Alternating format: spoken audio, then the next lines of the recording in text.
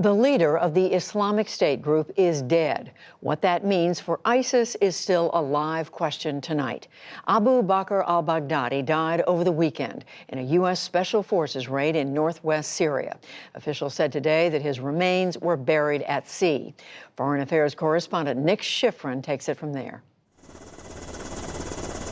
Today, all that's left of the house where Abu Bakr al-Baghdadi hid is pulverized stone. U.S. military jets destroyed the compound late Saturday night after Special Operations Forces attacked and Baghdadi blew himself up. Today, U.S. officials revealed new details on his arrival here in Barisha, near the Turkish border. He was protected by an al-Qaeda offshoot and had transited through the area often, and U.S. intelligence tracked him down with the help of Syrian Kurds. For 5 years, the U.S. has been working with those Kurds to fight ISIS. Earlier this month, President Trump ordered the U.S. to withdraw and then said U.S. troops would stay to protect Syrian oil fields.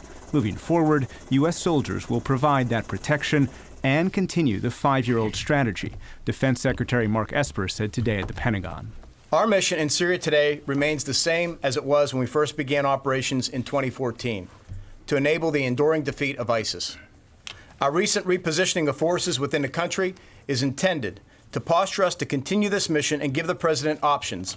As part of that mission, U.S. officials confirmed today U.S. and Kurdish troops killed ISIS spokesman Abu Hassan al-Muhajir, considered the group's number 2 behind Baghdadi.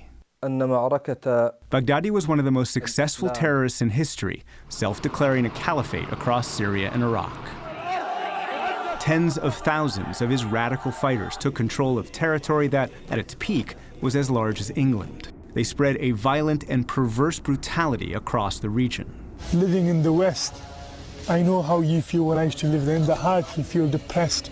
And they created an unprecedented media campaign that attracted thousands of Westerners. Baghdadi's most famous speech took place in the Al-Nouri Mosque in Mosul, Iraq. Today, that mosque is back in Iraq's control, but is in ruins, a relic of the U.S.-led campaign and a reminder of the challenges that remain. He's dead. He's dead as a doornail. Today in Chicago, President Trump praised the soldiers who killed Baghdadi, and he said ISIS prisoners feared to have escaped in Turkey's recent incursion into Syria were secure. We have now tens of thousands of ISIS prisoners under tight supervision, and now we want the countries in the region to police their own borders. But U.S. troops will remain in Syria, and even the Pentagon admits that ISIS remains a threat to both Syria and Iraq.